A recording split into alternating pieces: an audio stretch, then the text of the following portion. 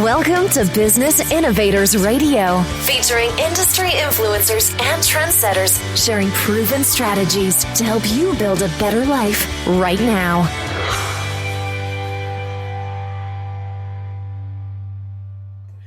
You are listening to the Brilliance Business Show. Conversations with leading experts and business. Today, I have the most wonderful guest, Dr. Travers. Travers is a professor, and our topic today is sex testing for women athletes.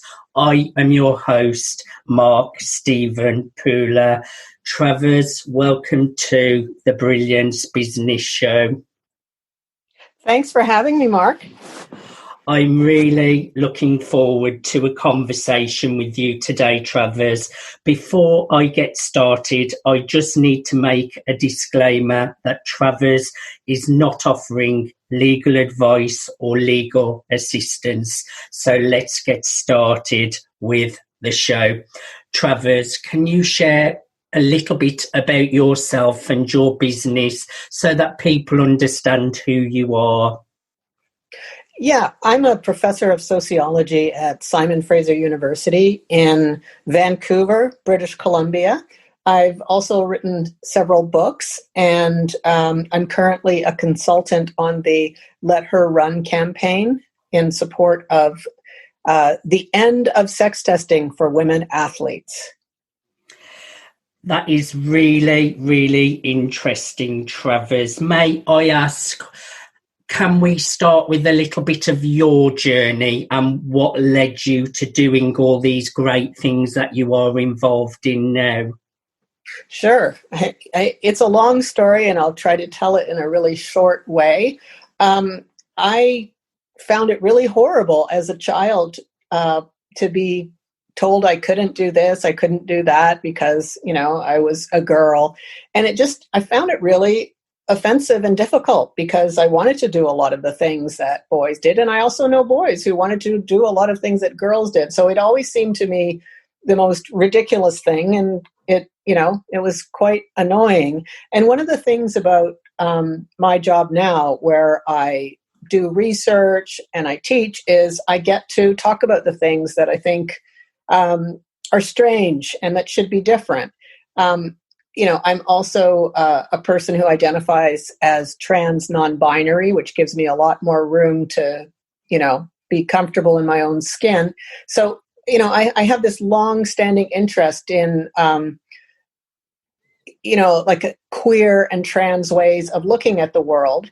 And I've done research with trans kids. I wrote a book, The Trans Generation, How Trans Kids and Their Parents Are Creating a Gender Revolution, because I wanted to interview kids who were a little bit like me to find out how they were coping with the world. And certainly I encountered, some terrible stories, but I also found some incredibly inspiring stories about kids who were finding a lot more room to, to be themselves more fully. So, I have a general interest, but I'm also someone who's been interested in sport for a really long time. I'm assuming that your audience aren't primarily North American, but like one of my dreams before I die is to see a woman play Major League Baseball because, there's no reason why a woman shouldn't except for discrimination and artificial obstacles. So I have a long-standing interest in sport and, that in a lot of ways, that's how I got into looking at issues of transgender participation. And when you start looking at sport and gender from a critical perspective, one of the things you learn is that sex testing has been happening since the 1950s. And what's really interesting is that their leading experts in scientific fields have always insisted that sex testing for women athletes doesn't actually do what it's supposed to do, meaning it doesn't separate women from people who are not women in any kind of consistent or accurate way. Firstly, it's a really, really important thing that you're doing in this world, Travers. I relate to this so much. I was bullied throughout my childhood about my sexuality before I knew my own sexuality, which as a 5-year-old child, being called gay, queer, that is really, really hard when you don't know your own sexuality yourself yet. I will tell you a funny story. I actually started dancing at primary school, Travers. So you're talking about women doing sports, but for a boy to go in dancing at school, I did it anyway because it stopped me from being on my own and not having many friends. I really enjoyed going to a dancing club and having friends at the dancing club, and it gave me a lot of confidence. You go. Absolutely.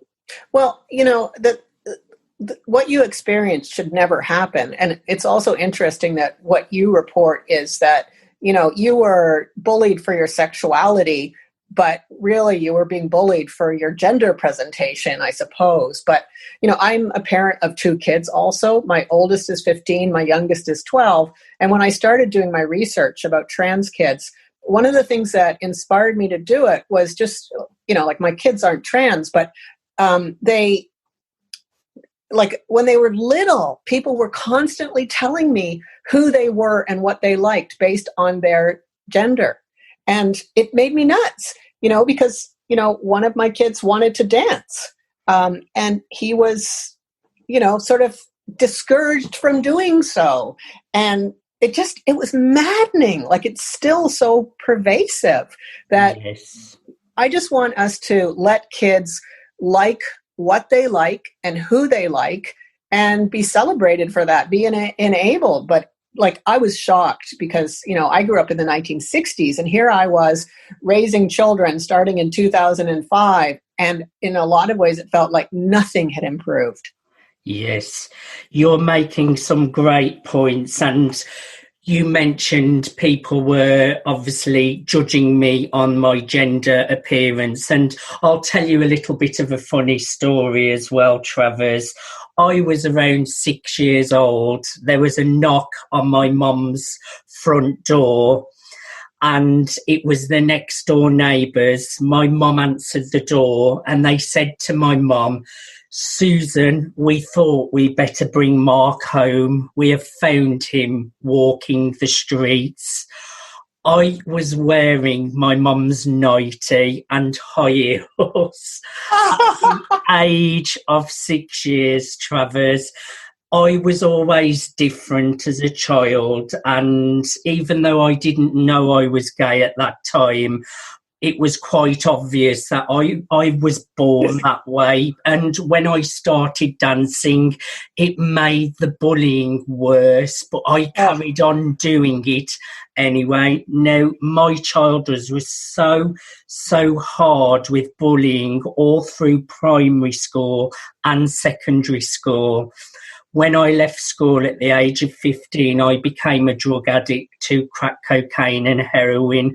So by the time I was 21, Travers, I collapsed and died from drug use. My heart flatlined and stopped. It's so important we look after children when they're at school, when they are young, and allow them to be who they want to be. Now, my nan was a wonderful woman, and one of my nephews was dressing up as a witch or something like that. And that was what I used to do when I was younger. And my nan was like, just let him be who he wants to be, because my nan had obviously seen me go through that. Yeah. My nephew is actually gay now as well. I just want to put across bullying, intimidation on children. It's so damaging. It left me with low self-esteem, low self-confidence, body image issues, having no direction for my future, no education because I was playing up in school, and then leading to drug addiction. Now, I made some bad choices. I'm not blaming everything on my childhood, but I do think it all stems from the childhood. And though our stories are very, very different, I am very passionate about what you are talking about. But, I mean, here in the UK, Travers, trans and the trans movement, it's so much more accepted than it was, and the same with being gay. Like around 10 years ago, it is being more accepted. People are getting better, but there's still a lot of prejudice out there. Would you agree with me? Absolutely. And what's happening in the United Kingdom right now is particularly horrifying. I understand that a law or policy was passed recently that prevents trans kids from receiving hormone blockers until they're 16. Yes. That is absolutely horrifying. That is how that's going to result in dead kids. I guarantee it. Because hormone blockers simply pause puberty, which is absolutely crucial. We see a lot of negative mental health consequences resulting when kids undergo a puberty that isn't the right one for them. And the beauty of hormone blockers is it's reversible. They just stop things. You can go on hormone blockers for several years. You won't start menstruating, or you won't start, developing an Adam's apple or facial hair, or, the secondary sex characteristics, which, are not reversible. And this is something that is available to some kids in Canada and the United States with access to, the kind of trans-affirming healthcare they need. But I understand that in the UK recently, this is a huge setback. There's a really powerful anti-trans lobby group in the United Kingdom. It's also been successful in getting the World Rugby Association to ban the participation of transgender women in women's rugby. And this is a ban that is not being followed by Australia Rugby, by Canada Rugby, or USA Rugby. There's incredible resistance, like Canada Rugby, Rugby USA, they're saying, we're not doing this. Trans women are women and they are welcome to play rugby. But the J.K. Rowling, trans exclusive radical feminists in the United Kingdom are very powerful, and they are behind this, this setback in terms of access to puberty blockers for trans kids. It's really frightening. Yes, I've actually seen Piers Morgan talking about this a lot, actually, on television. He's a very well-known journalist here in the UK. I think there had been like a couple of cases where people have transitioned and then a few years later they have changed their mind and then they want to change back again. What is your thoughts around this?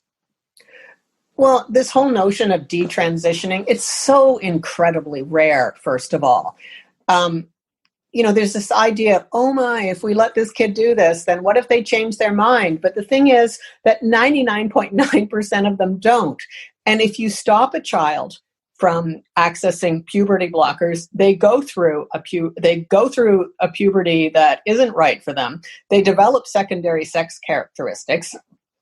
And when they're old enough to access cross-sex hormones, they do, and they often have to undergo surgical procedures to undo secondary sex characteristics that developed by denying them this. And there's also, sometimes people transition, like one of the kids I interviewed transitioned at 5. She was very clear at 5 that she was a girl. Very, very clear. She socially transitioned, then she had access to hormone blockers. When they turned 14, they decided that a non-binary identity made more sense for them. But one of the things they said in the interview is, I don't regret the period of time that I identified as a girl. It was right for me then. Nothing that I did was wrong. And now as a non-binary person, it just, it makes more sense for me. So I think what we need to do is just to provide all children with a huge range of options around gender identities. And we need to eliminate organizing children on the basis of sex category, because one of the things we know is the majority of trans kids are invisible. So anyone who works with children, they've worked with trans kids, whether they know it or not. And one of the things that sex divisions and, organizing kids by sex does, it puts trans kids, many of whom are invisible, in crisis. So if you stop doing that, you immediately eliminate that point of crisis. And, if kids grow up knowing that there are, a wide range of gender options, and having the freedom to either say, none of those work for me, or this one works for me, and to be respected by the people in their lives, that is so much less trauma, isn't it? And, that is what should happen. And that's sort of one of the simplest ways to reduce the trauma that we impose on, kids for whom the binary gender system doesn't work in its simplistic way, is to stop using it. And as well, I think it's not underestimating how clever children are at younger ages, and not underestimating that they do know their own mind, because there's nothing worse than being told it's just a phase you're going through. I went through that in my childhood when I came out as gay, and I knew my mind from 11, 12. I knew who I was. So it's not underestimating that these kids are sure about what they want to identify as. I think that's really, really important. There's so many places we can go with this. I am really enjoying a conversation with you, Travers. Tell us a little bit more about the Let Her Run movement. Well, one of the things that I think most people don't understand is that there are more than two sexes. The two-sex system is a social construction, the idea that there are only men and women, and that men are always bigger, stronger, faster, better than women. So the idea that there are only two sexes and men are the superior sex is one of the taken for granted assumptions that most people in the West have.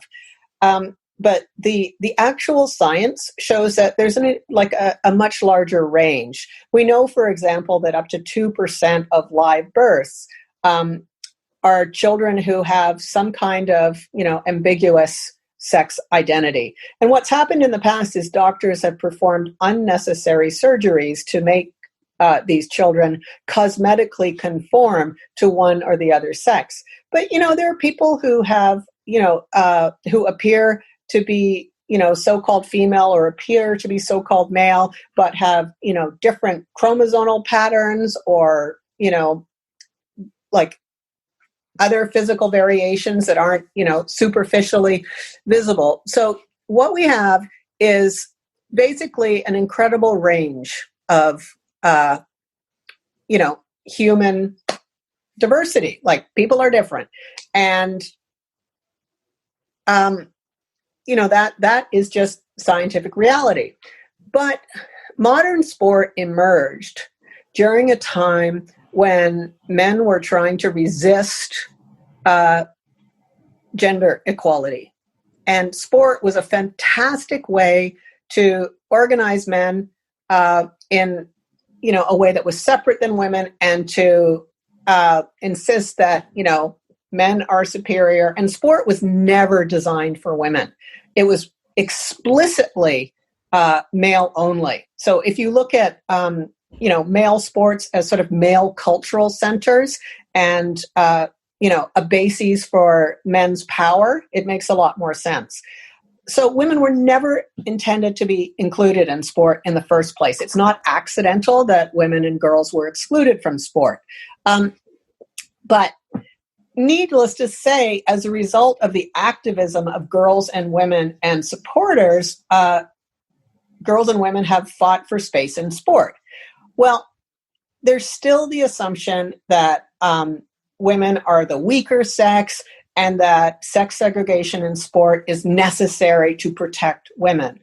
Well, there's so much overlap in terms of so-called male and so-called female athletic performance that gets hidden. It's not rendered visible. I mean, for example, in the Olympics in shooting, like with guns, women were winning the competitions when shooting was first in the Olympics. That couldn't happen. So what they did is they sex segregated the shooting competition and they changed the events within each so they were no longer directly comparable. So there's a lot of effort that goes into protecting the notion of male superiority. And sex testing occurs within that context. One of the things that we see is that as more and more resources get poured into the development of girls and women in sport, performance increases. But there's still this idea that if a woman is too good, she can't be a woman. So you have athletes like Caster Semenya and other particularly Black women athletes seem to be targeted for this. Caster Semenya blew away her competition in 2009, and this was suspicious. She was too good. She looked too strong. She didn't look enough like a woman. And these are the kind of things that, are used to target women a lot, particularly Black women, but not always. I remember when tennis star Amelie Mauresmo in the early 2000s came on the scene, and she, had a really strong power game. And, Martina Hingis, said, look at her. She looks like a man. This way of putting down a woman who's too good. So it used to be sex testing for all women athletes. So imagine this. You have to prove that you're a woman. You're living as a woman. You have to prove that you're a woman in order to compete. And this ended up ruining the lives of women athletes who failed a scientifically unfounded sex test, being told, oh, you're not actually a woman. It's like, what? Yes. And this is what happened to Caster Semenya. This is supposed to be a confidential process. Her results were leaked, and she is considered to be somebody who has the condition of hyperandrogenism, which is basically that she naturally produces more testosterone than is considered normal for a woman. My argument is she's a woman. This is how much testosterone her body naturally produces. What is the problem? And it's really interesting, this notion of what is considered to be an unfair versus fair advantage. Somebody whose body naturally produces more testosterone than what is considered to be the normal range, which I emphasize is a social decision. Like what is considered to be a normal range for a woman is a social decision. You have a woman who produces more testosterone than is considered to be normal, and therefore she is considered to have an unfair advantage. But we don't consider other naturally occurring advantages to be unfair. You think about the swimmer Michael Phelps. Like, he's enormous. He has massive hands and feet. They're almost webbed. But that's not considered to be an unfair advantage. But producing a higher amount of testosterone naturally than average is. And the thing is that there's not scientific consensus on the role of testosterone in athletic performance when it's naturally produced. And you've seen this in the case of other athletes like Dutee Chand and other women who are, considered to be having an unfair advantage because their bodies naturally produce more testosterone. And yet there's not consistent scientific evidence about this as a performance enhancement. So what you see is, the targeting of some women who are considered to be too good. in spite of the fact that they're not doing anything unnatural or illegal. And it's really a problem. It is a problem, and I think it goes even further than sport. I mean, sometimes you hear of people having problems with trans women using ladies' bathrooms as well, which is totally disgusting. And I would like to ask you, Travers, what do we need to do in this world for the inclusion of women, gay and trans within sports and to be more accepted worldwide, not just only in sports, but into society itself? I think that in sports with kids, we should integrate it. And at the same time, like meaning that boys and girls and all genders should play together. But I also think that there still need to be separate spaces for girls and women only, but with trans inclusive boundaries. Because I think that if we just integrated all sport, you'd see a rapid decline in the participation of girls and women because the environments would be so toxic. So I think we need to start with kids and working really hard to teach kids not to participate in creating toxic environments. I think that we should have all gender bathrooms, for kids and teach kids about appropriate bathroom etiquette. I mean, there are a lot of reasons that bathrooms are unsafe for a lot of people, like they especially for kids because they tend to be unsupervised. So, having them sex segregated isn't producing safety for all kids. So I think we should teach kids, how to behave in bathrooms and how to create space where everybody feels comfortable and can go to the bathroom in peace. I think that for, sport at higher levels, one of the things that, trans participation and, issues about, the so-called line between men and women, boys and girls, which is fairly artificial, shows us is that we need to really think about how we organize sport anyway. Like, the basis of the organization of sport on sex categories is basically based on a fiction. So how can we reimagine sport? And when I think about reimagining sport, I think about how much I'd like to divert resources to community sports that enable everyone to participate rather than, having these billion-dollar, sports teams and economies that really only benefit the most elite, in spite of the fact that I do love to watch, extraordinary athletes. But I really think it gives us an opportunity to think about the role that sport plays in society and, how to make it more accessible to everybody and more enjoyable and a more positive force. I mean, I think that's quite obvious. But for kids especially, we need to emphasize the opportunity to participate in sport and other physical programs like dance, all these kinds of things, and encourage kids to find what they like. Kids should not be stopped from participating in sports or activities because they can't afford either the fees or they can't, afford the equipment. I mean, we should definitely be investing in community level physical recreation opportunities for all kids that aren't sex segregated, whether in terms of, isolating kids in sex segregated groups or having sex type uniforms. Like kids should be able to either wear gender neutral uniforms or like have a range of choices. These are the range you get to pick. Yes, it's all about not putting people in boxes and including everyone and letting people have their own choice. I know here in the UK we have made lots of progress. I mean, recently we had Caitlyn Jenner on I'm a Celebrity, Get Me Out of Here show on the television, and he did that previously quite a few years back as Bruce Jenner, and he came back as Caitlyn Jenner. The public loved him, and I think you want to say she. Oh yes, it was just because I was referring to Bruce Jenner and then Caitlyn Jenner. The public loved her, and she just really had a warm personality, but as well, she just went on there as herself, and the public loved her, and it was just absolutely incredible to watch.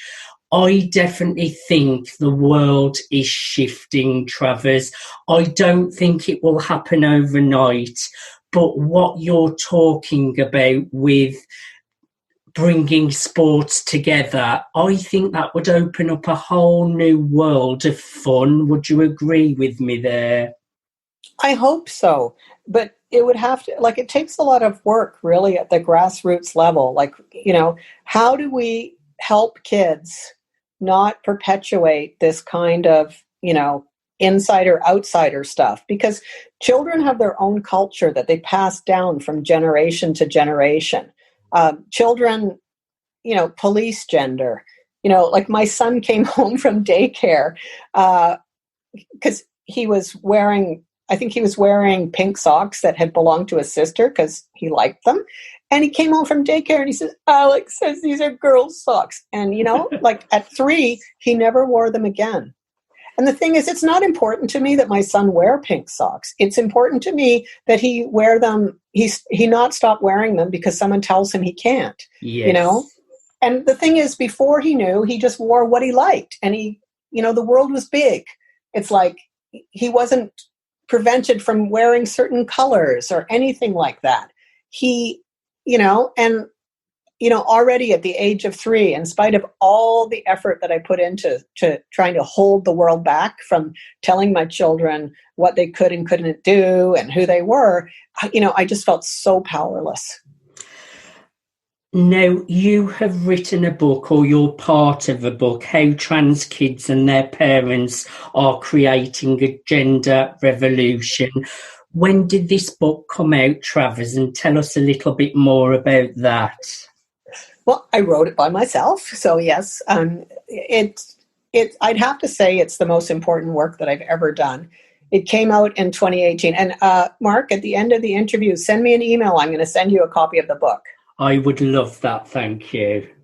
In a lot of ways, I think it's a love letter to kids like you and me who were so alone when, yes. And I think that's why it's such an important piece of work for me.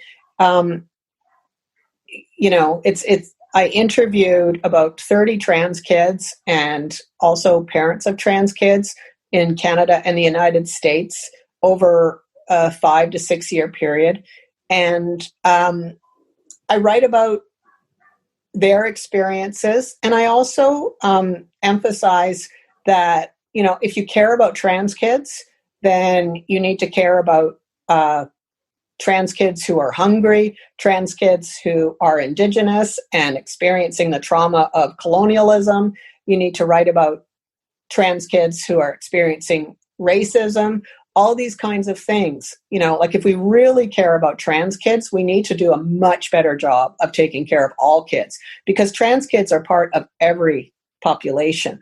And I think that part of my purpose was to reach parents of trans kids who tend to be like the most visible trans kids tend to be the most privileged. And at that, they're incredibly vulnerable. But the trans kids that, we see on mainstream media or social media are more likely to be white, come from relatively wealthy families with parents who know how to advocate for them. Yes. But that doesn't mean that, there are trans kids in every population who are deeply loved by their families, but their families are struggling with poverty, with racism. They don't know how to advocate for them in school settings. So what I wanted to get the parents of trans kids who have formed a social movement, and parents of trans kids have done a lot. I wanted them to think past transness as a single issue and think, I'm fighting for trans kids because I have a trans kid, these parents. I wanted them to really get busy fighting for all kids. if you're the parent of a trans kid who is advocating for your trans kid, you should be fighting for school lunch programs. You should be like right there with anti-poverty initiatives, all these kinds of things. And really, that's what I wanted to communicate. If we really care about trans kids, we need to care about all kids, because trans kids are everywhere. That is a great point, Travers. I can relate to everything what you're doing. It must give you so much satisfaction. That is why now I speak in schools around bullying, drug awareness, mental health, and also sexuality. I really, really love doing that, because I know there may be just one child in that audience that really will get some value, and it will help them have an easier process of going through the schooling system. I mean, when I was in school, it was illegal for teachers to even talk about homosexuality. There was a section or a rules number that they wasn't allowed to acknowledge it. So I would be called it in the classrooms, and the teachers wouldn't be able to deal with it because they couldn't talk about it. So I just love going into schools now and sharing my story and being really open with who I am, to help inspire them that it's okay to just be who you are. No matter who you are good enough just the way you are. So you are just making such great positivity for so many people to be who they want to be, and also trying to change those rules so that people are included and there is more diversity. What is your day-to-day life like, Travers? What is your business or work? I have the best life. And before I say that, Mark, I think you're keeping kids alive. Like, who knows, maybe just a handful, but it's worth it. I really do. Like, it doesn't take much to give a kid hope. Yeah. My day-to-day life, well, of course, since the pandemic, it's, mostly I'm at home working. But, I usually teach a couple of courses a semester for 8 months of the year, and 4 months of the year I'm on research semester. But, I have the best life, because I get to teach students about things that I think are important. I get to talk about the things that I want to talk about in the way that I want to talk about them, which is the luckiest job in the world. I spend a lot of time on my computer, writing, reading, yes. That kind of thing. I have 2 dogs. I love dogs. Yeah, I ride electric unicycles, and one of my side areas of research is on electric unicycle riders and communities. I coach youth baseball.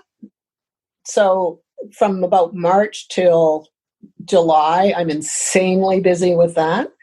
I spend time with my kids, with my partner, my friends. It's like I'm very lucky. I have a really good life. Travers, I have really enjoyed having a conversation with you today. My last question is there anything we did not cover that you would like to share? And how can people connect with you if they are going through any of these topics we have discussed, if they're needing support or some guidance? What is the best way for people to connect with you? Well, they can follow me on Twitter. I'm Dr. Baseball, because of my obsession with baseball. They can email me, atravers@sfu.ca. They can buy my book, The Trans Generation, How Trans Kids and Their Parents Are Creating a Gender Revolution. And I think that most people probably have an LGBT youth program in their local community. But these days with the internet, it's not hard to get support. Many of the trans kids and young people that I interviewed found support online. There are Facebook groups for transgender youth. There are other online forums where trans youth can get together. There are a lot of resources for anyone feeling like you're the only one. I guarantee you're not. There are a lot of us out here. You do when you're younger, don't you? You think I'm the only person in the world like this. And then you realise later, oh my word, there's thousands, millions of people just like me. Yeah. And, it's like one of the, I tell a story in my book. I ran into a kid, at a baseball game who I ended up chatting with, who told me that, she got mistaken for a boy all the time. And, I talk about it in the book. I said, as we were saying goodbye, I said, I want you to remember me. Remember that one day when you grow up, you will run into lots of people like us and they will love you, and if someone had told me that, oh my God, I would have just, what it would have done for me would have been incredible. Thank you so much for your time today, Dr. Travers. I've really enjoyed a conversation with you. So have I, Mark. It's been such a pleasure.